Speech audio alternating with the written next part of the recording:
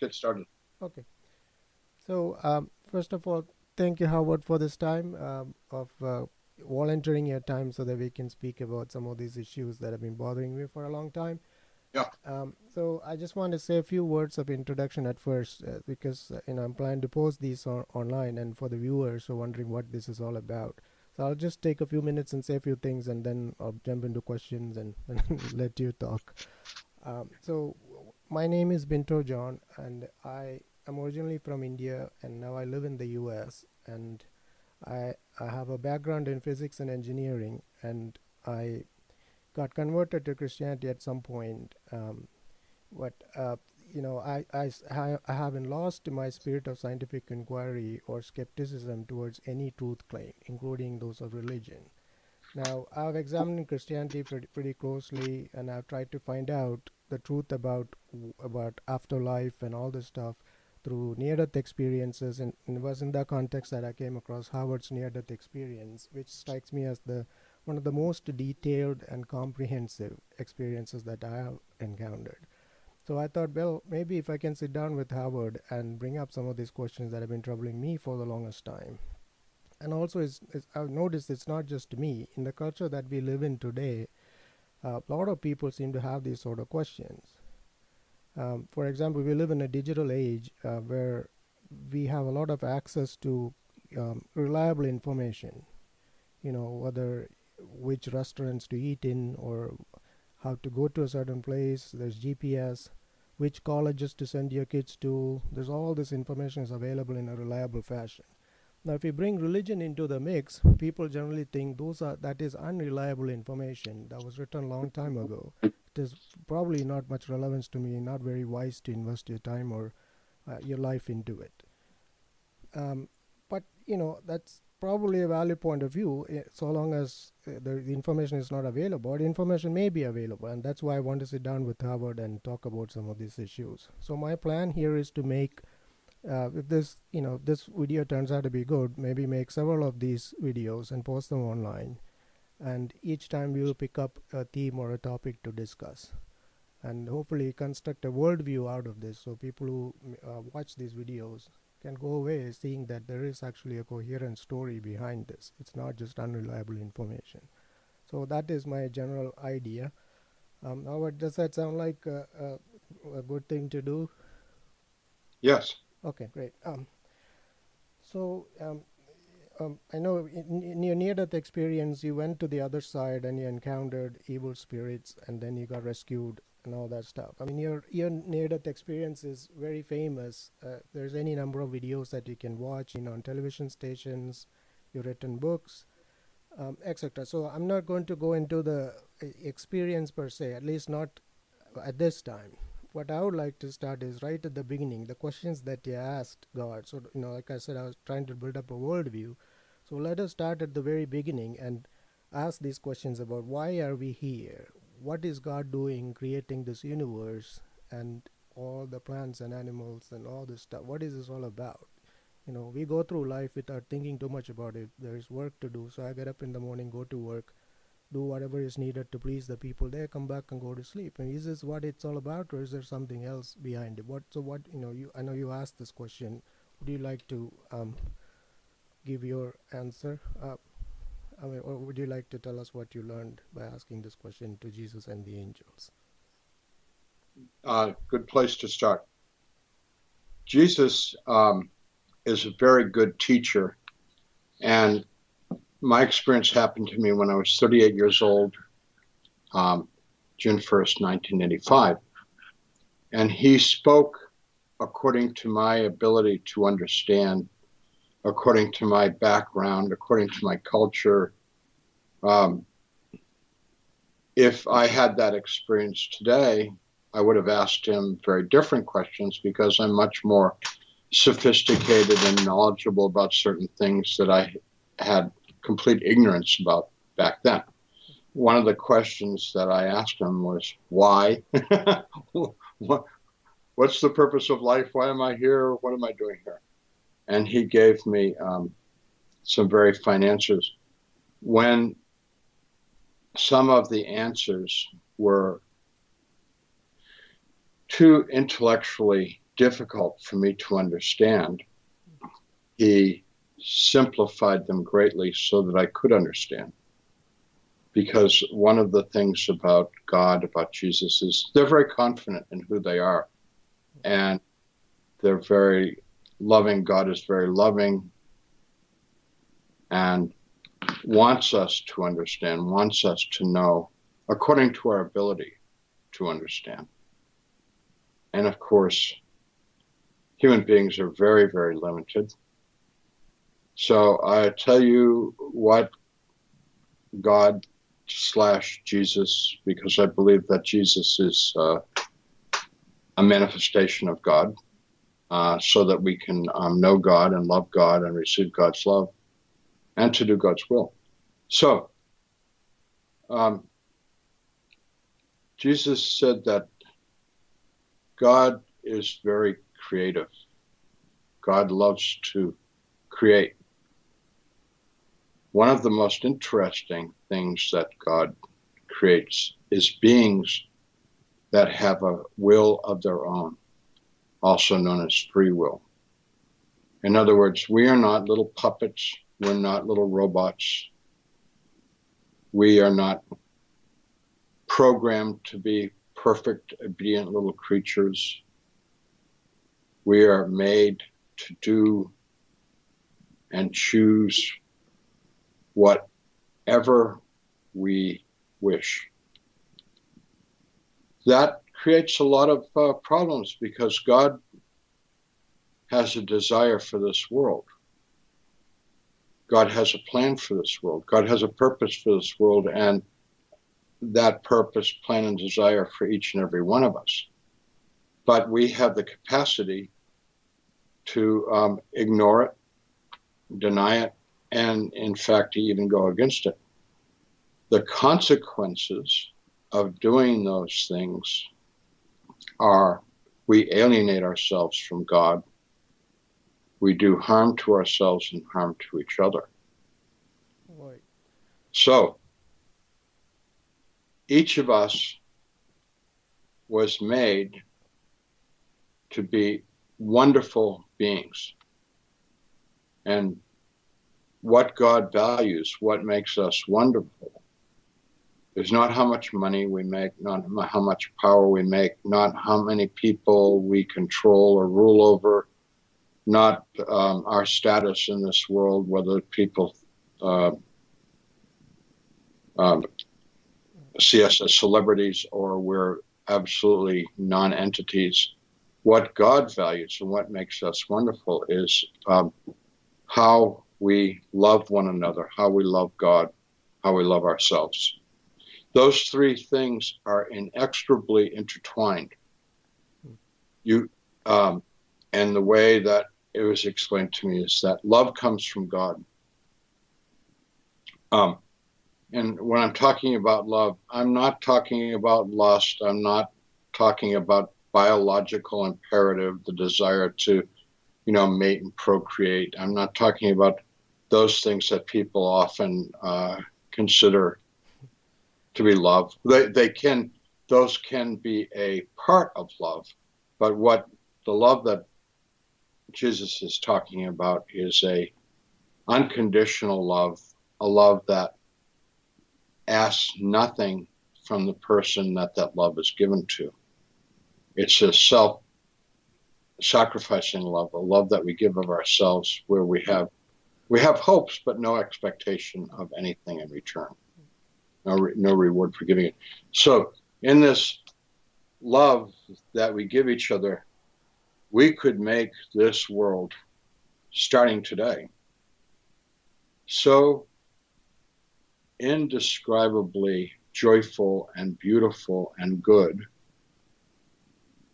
that none of us living in the world today would recognize the world that we could recreate, transform this afternoon, this very day, if we wanted to. In other words, there's enough food, fuel, resources for all people to have a very good life in this world.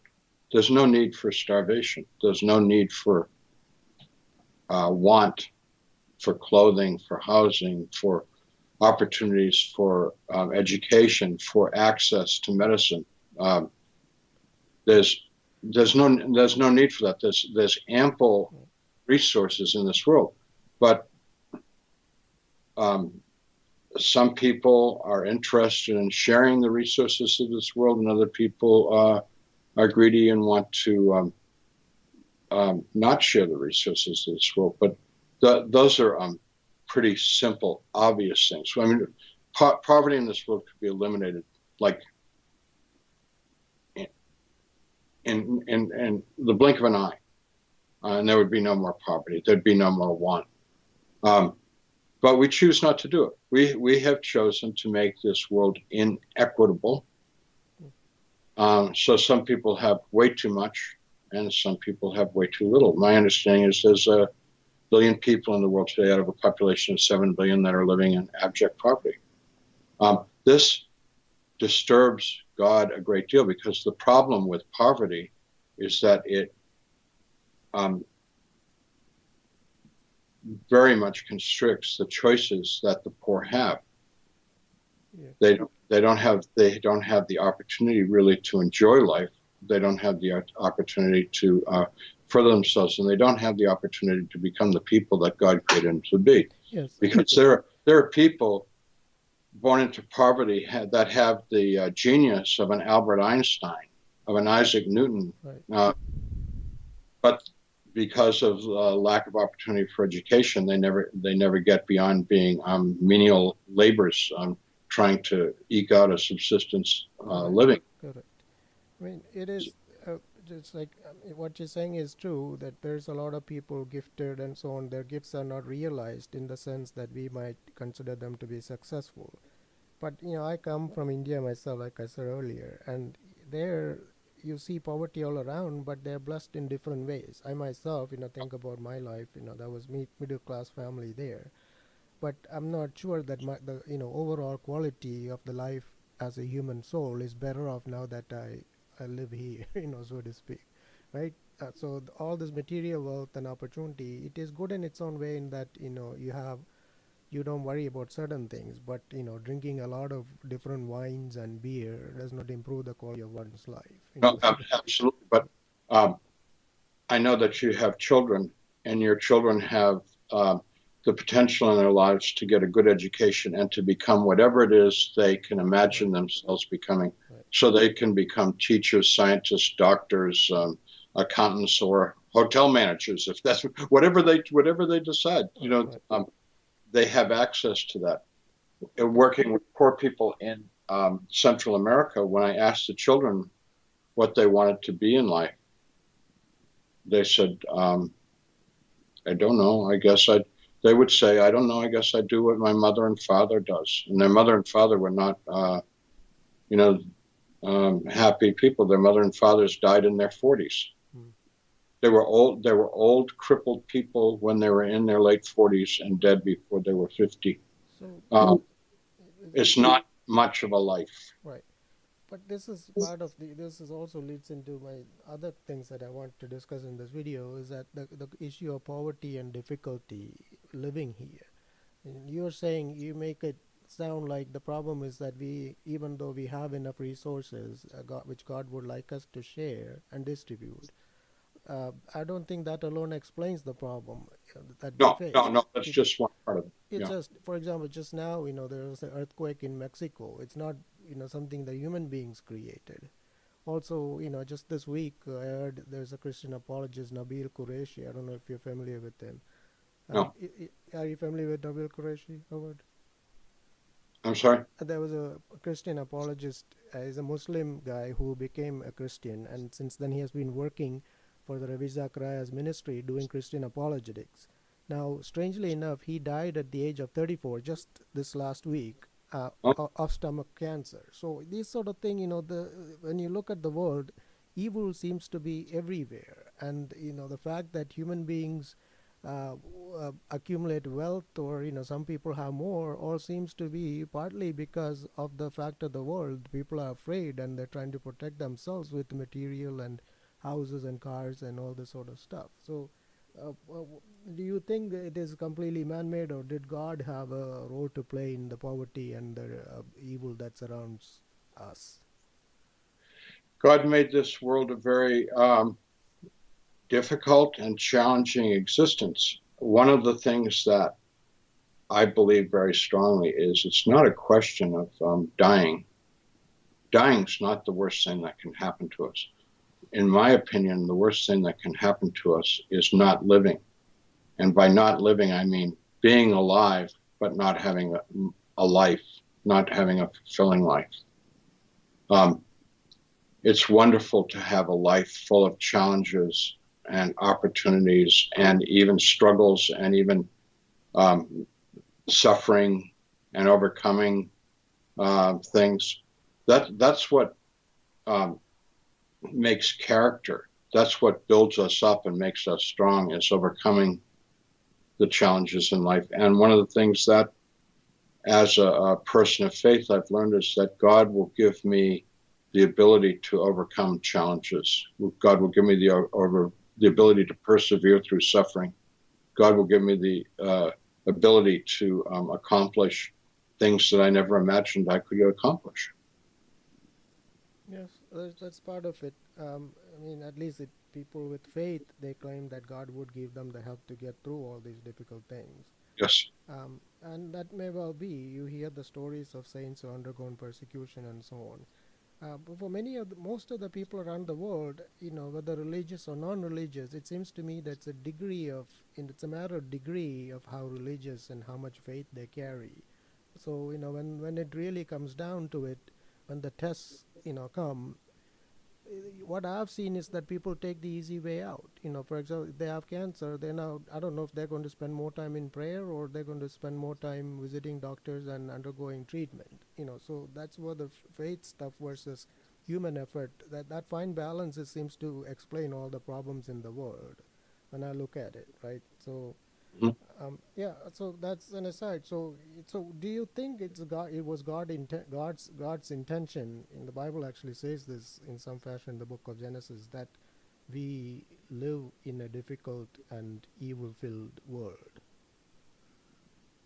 Well, there's lots of evil in this world, but there's lots of good, and that our lives are actually a struggle between good and evil all the time. Right.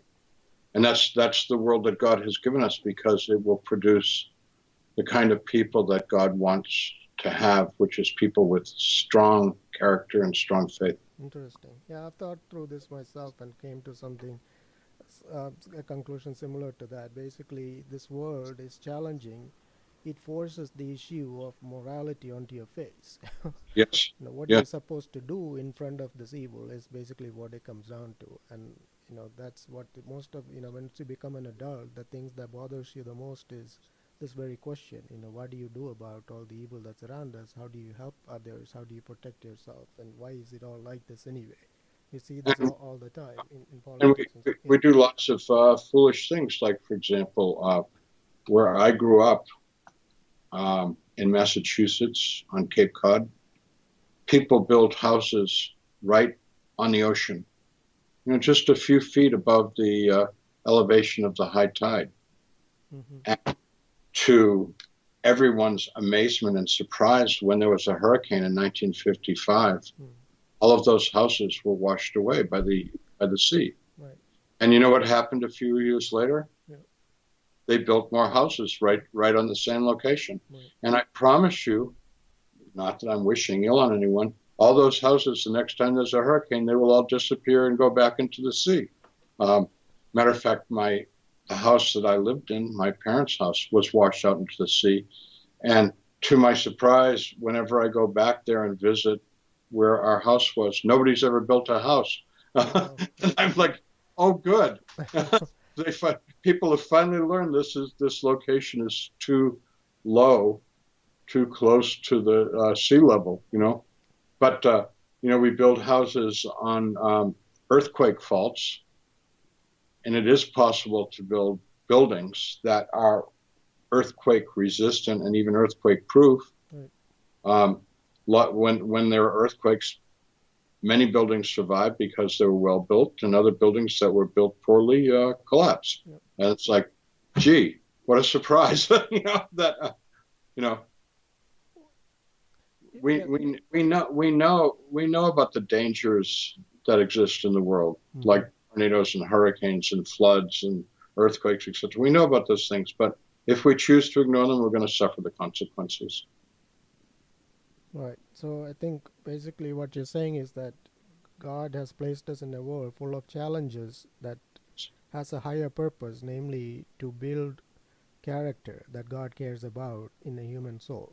So when we undergone this exercise or this test of living here, you basically either become you are either hardened by it or you're softened by it, and then you basically develop your character. That's basically what you're saying. Is that correct, Howard? Yes. On this subject, I asked Jesus about war, and he said, Jesus said, and I quote, God hates war. Mm-hmm. Uh, who suffers in war? We all The suffer. civilians, it's the civilians that suffer in war. The men and women that have enthusiastically embraced war and gone to war to, you Right. know, to fight. Some of them suffer, and that's very sad. But if you look at the numbers, the vast majority of people that suffer during wars are the civilians. Yes, yet the By civilians are also to be blamed for the war in the first place because they represent the interest of a nation and give their governments the support that is needed to create a war of this scale. I mean, would you not? Don't you oh think? yeah, Yeah. but in my lifetime in the United States of America, I've lived through the war in Vietnam, the Korean War, the war in Iraq and Iran, and you know, if you oppose the war, then your family and your friends, and sometimes even the government, tells you you don't love your country. There's something wrong with you, and if you oppose war policy strongly, you go to jail and you spend years in prison because you didn't participate in the war. I when I was a young man, I was opposed to the war in Vietnam because I thought it was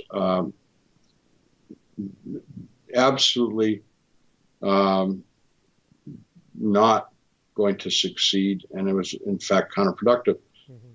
And my father-in-law, the father of my wife, who was a World War II veteran, he just went into a rage and told me that I was the worst person in the world and I was a coward and I didn't deserve his Right. daughter and Right. he didn't want anything to do with me, et cetera, Yeah. because I had expressed my opinion that it was not a good war. Yeah. But you know, again, it comes down to reasonable people can greatly disagree about these subjects. It had to do with at that time it had to do with the aggressive nature of communism that was about to take over the world. So America stood in opposition to this other gigantic force that was opposing freedom and democracy and those very values, and even Christianity, I might add. I right, mean, the first criticism in communism is the criticism of religion. So when then destroyed all the churches and stuff, in Russia and places like that. So I'm not convinced that the opposition that America put up was just a human thing or was God very much behind it. There are many people, reasonable people, take different positions on that. but what Jesus told me when I said, well, what's the alternative to war? And he said that people can resolve their differences without war. In other words, Jesus was telling me there has never been a necessary war because if you go back before the war started, we could find, looking back historically, find the roots of that hatred and that enmity. And people could have found ways to resolve those differences. Like, let me give you an example. Germany started World War II. And they started World War II because after World War One, the Allies had deliberately caused Germany to suffer. And people forget that people in Germany in the 1920s were dying of starvation. the German economy was ruined. German money had no value. People lost everything in their depression and inflation, all caused by the Western powers. Right. And we did that to wreak vengeance on Germany. There was a deliberate plan by the European powers to destroy Germany economically, and they succeeded. And as a result, they got a madman by the name of Adolf Hitler, who promised the German people, "I'm going to restore Germany to greatness. I'm going to, et cetera, et cetera." Right. But there's reasons why wars happen, and we need to look. We need to look what caused this great hatred.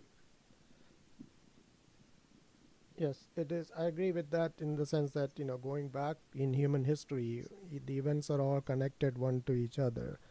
Like, Hitler came at the foot of destroyed ego of Germany, and he was basically giving the German people their ego back, by exhorting them back to power. Yep. But on the other hand, this is not to excuse all behavior by saying it's all connected. Therefore, everybody sort of stands in the same boat. Therefore Hitler will go to heaven, and so would all of us. Yeah. We're not to say that. So amidst all this confusion that and I don't want to get too much in this direction. I want to go back to another question, Right. back on Genesis. But yes. So I guess what I was about to say was. Amidst all this confusion, if we are a complete pacifist, if we all in America decide that we will cut all the defense spending and instead grow food and distribute, tapes or CDs about love and all this stuff instead, that's not going to fly very No, very no, no, long no. either.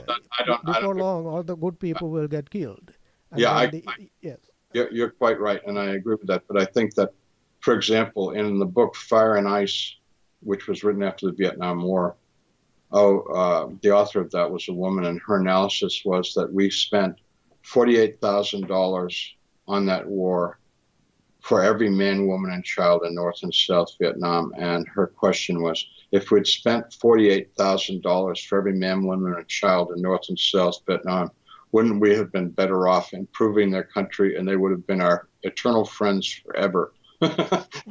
We could have built schools and roads and hospitals and businesses and yeah, true. um, Except the when ideology would not have permitted them to be friends with us. no, That's no, part no, of the no. problem. Yeah. After the Japanese were defeated, Ho Chi Minh, who had American advisors over there, asked the American advisors for help from America to achieve independence from the French and to build his country. And the American advisors said that was a really great idea, but there was the Red Scare, the fear of communism in the United States. There was the era of the Korean War and Joe McCarthy and Russia's takeover of Eastern Europe, and so they were absolutely not going to help a man, Ho Chi Minh, who was also friends with China and Russia.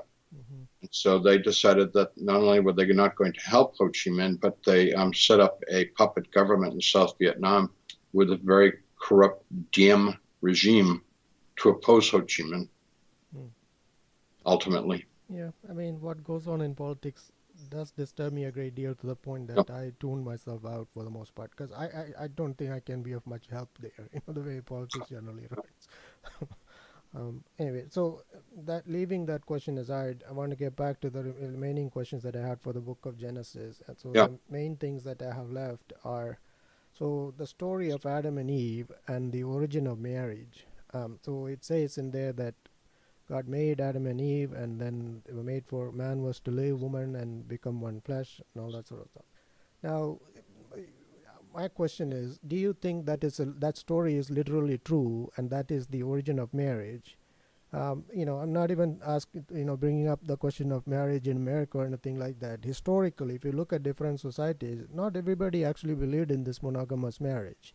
Even thinkers like Plato, long time ago, or even up until relative modern times like Freud, they didn't believe, or even Marx, they didn't all believe in monogamous marriage. They may have allowed it, like Marx is famously said something like the family is the unit of private prostitution. That's how he puts it. It's a biological need for people to do this. So if you somehow make it civilized through a marriage, then all the better for society. But other Yeah. than that, there is no religious sort of Well, concept but behind it. So my question yeah. is that story literal, and is that the origin of marriage? And if we got to discuss this with Jesus and stuff. But. Okay, two questions here. The first one is the story of Adam and Eve true? Strangely, um, geneticists studying the genetic origins of human beings state, and these are not Christian geneticists, these are just scientists, state that every human being on this planet came from the same mother and father. So at some point, the way I understand it, as the animals evolved into higher animals and evolved into proto human beings, God selected a couple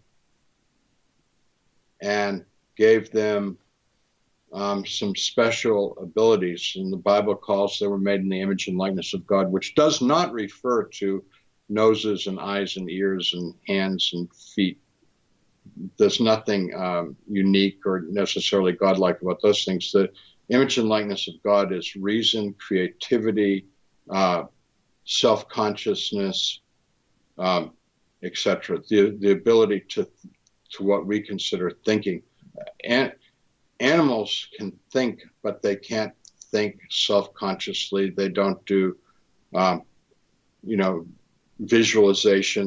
They're not particularly creative, and are the level of human intelligence compared to trained monkeys and trained elephants and trained dolphins is just, they're not even comparable. God touched the development of these two people, and that became part of our genetic material, which is the source of also. The reality is we're all brothers and sisters. Everybody out, every single one of us has the same great grandmother and grandfather. A lot of greats in there, but it's not really that. But it's hard to believe that though, because you look at all the races of the world. If two Chinese people have a baby, he's not going to look white, and like vice versa. If two black people have a child, he's not going to look white either. So you wonder, how is it that we all have the same mother and father? It's possible. It's that yes. I mean, actually, geneticists have figured this all out, and as human beings moved across the globe, there was adaptation and selective breeding amongst people for certain characteristics that favored the circumstances of the environment. For example, everybody started off in Africa, and everybody had dark skin. Is this your opinion, or you? No. This is science. This is scientific fact.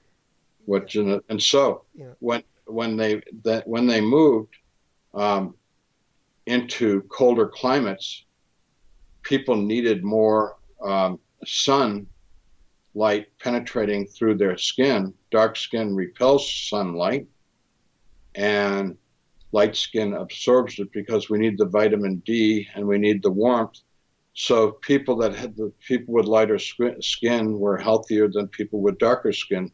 And there was also some commingling going on with Neanderthals, who had been in the colder climates for 400,000 years before Homo sapiens got there.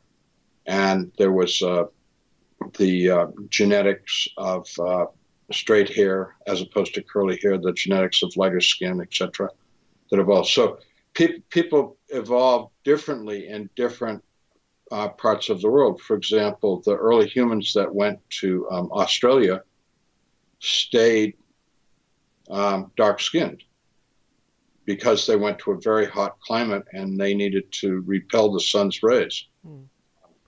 So anyways, it's really interesting because all that evolution, all the different types, as geneticists say, this whole idea of races is nonsense. There's no such thing as races. There's only one race, the human race, and the genetic differences between all human beings are so microscopically tiny, But we as humans, for some reason, have this strange desire to make these distinctions of like, your nose is too big, your eyebrows are too heavy, you're too short, you're too tall, you're too, Yeah.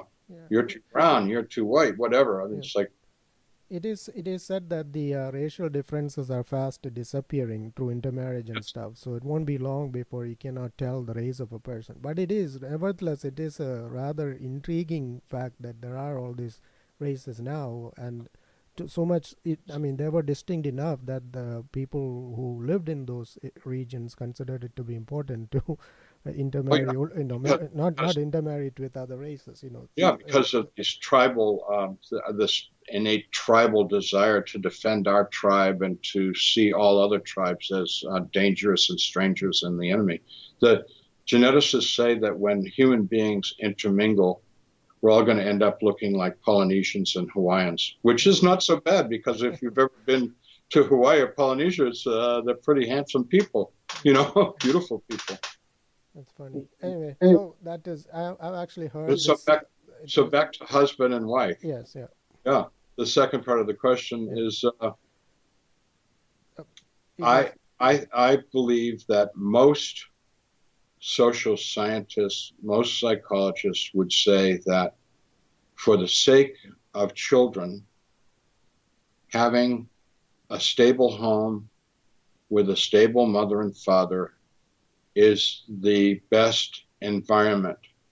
And in the United States, where so many marriages end up in divorces and there's so many broken homes, there's a big concern that the children of divorce are very, very oftentimes damaged children.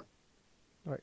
And so is God's plan for a monogamous family? And I think that for the sake of children, which is the single most important thing we can do in life is raise children.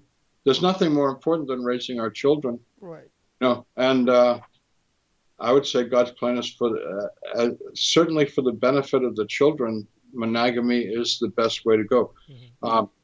The the next question is, what about serial monogamy? Like serial monogamy means we're monogamous, but we can divorce and then marry again. Right.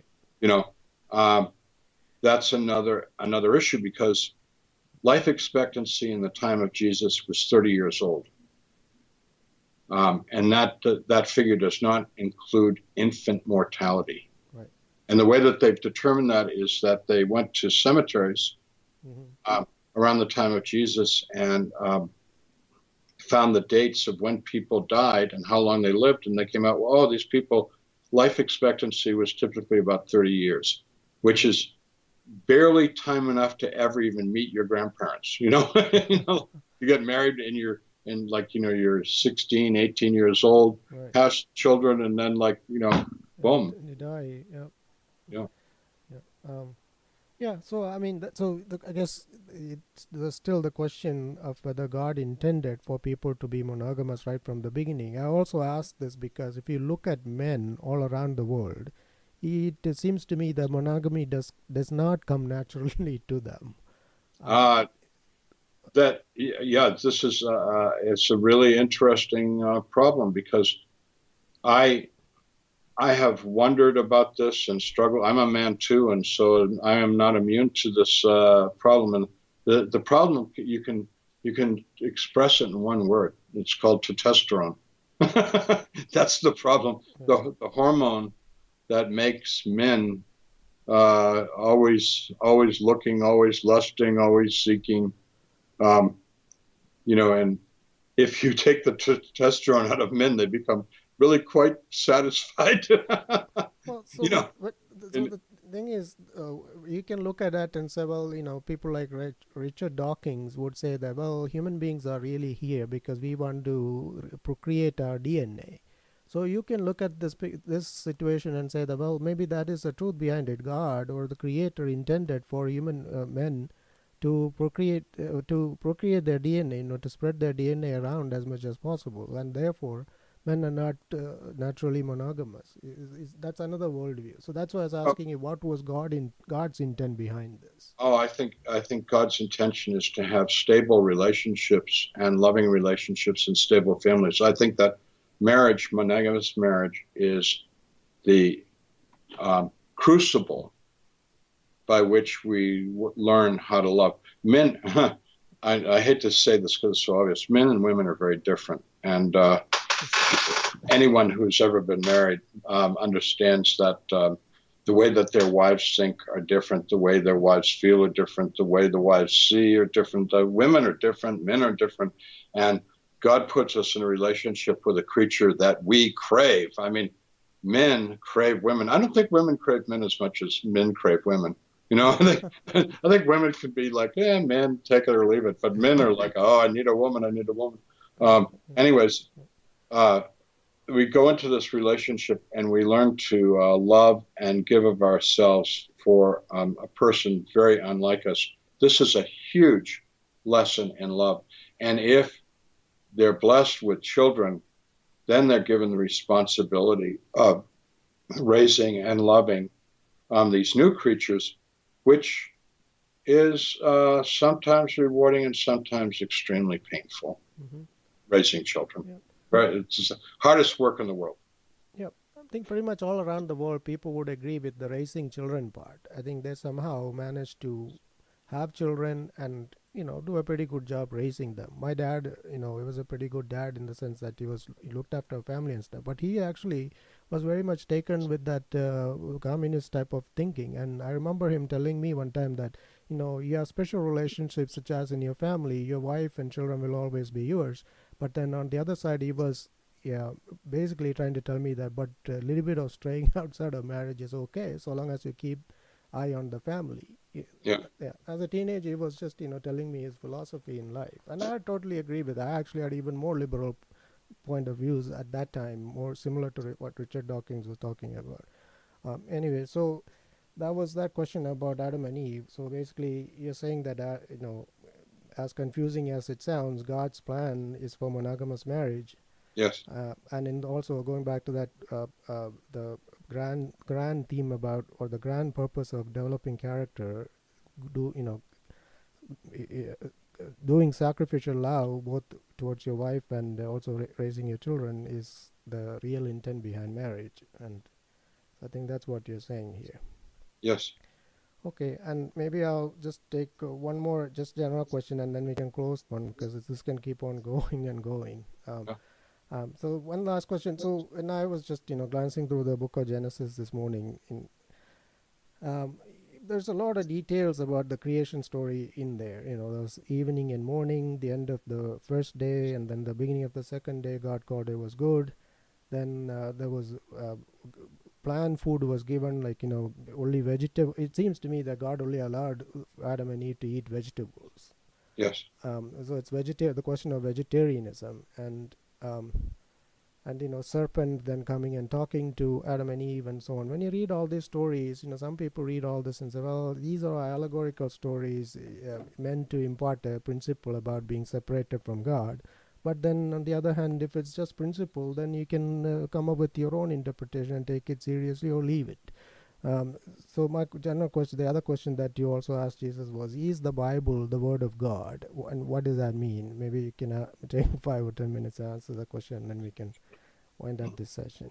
I believe that the Bible was inspired by God and that the Word of God is in the Bible, but not every word in the Bible is perfect. I think people, according to their ability and understanding, put their own ideas into it. There's one way that I test when I read the Bible about how much importance I give it, and that is that I believe that Jesus was the perfect revelation of God, and he is fully revealed to us in the Gospels of Matthew, Mark, Luke, and John.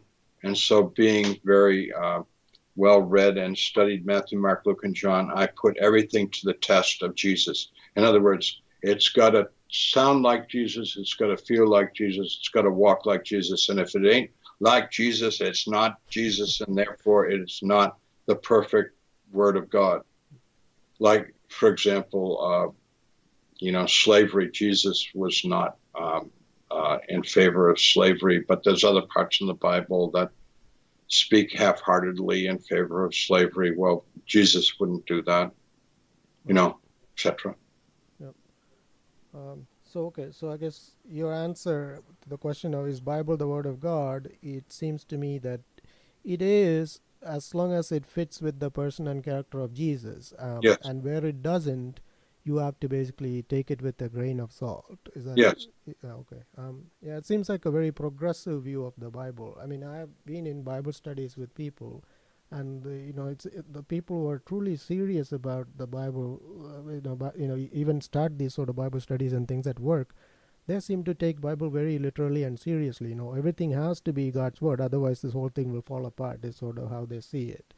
And the progressive view of the Bible, on the other hand, goes the other way. Since it's a progressive view, you can stretch it as far as it goes, and as long as you don't even have to invoke the word of God at all. As long as you can love your neighbor, and distribute the wealth, and all this sort of thing. Very liberal views of life.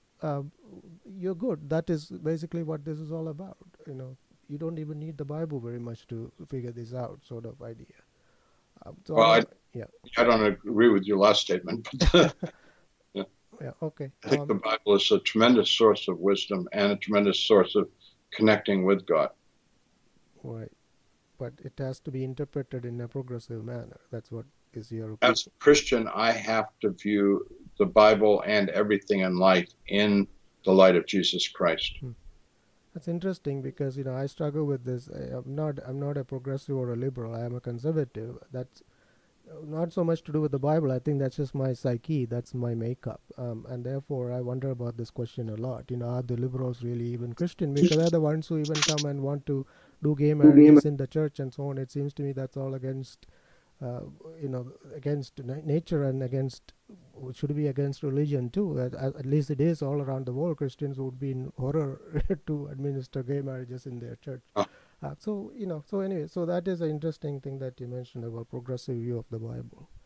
Um, okay, Albert, this has been great. I don't know what you thought about my questions, and but we're good. Good. okay, so maybe we can. Do you think we And can I do this want to, again you, sometime? s- Huh? yeah, but you said you were going to show me pictures of your children. I want to see your children. Okay. If Yeah, you want to pictures. hold, do you want to wait, or we can do it I'll next wait. time?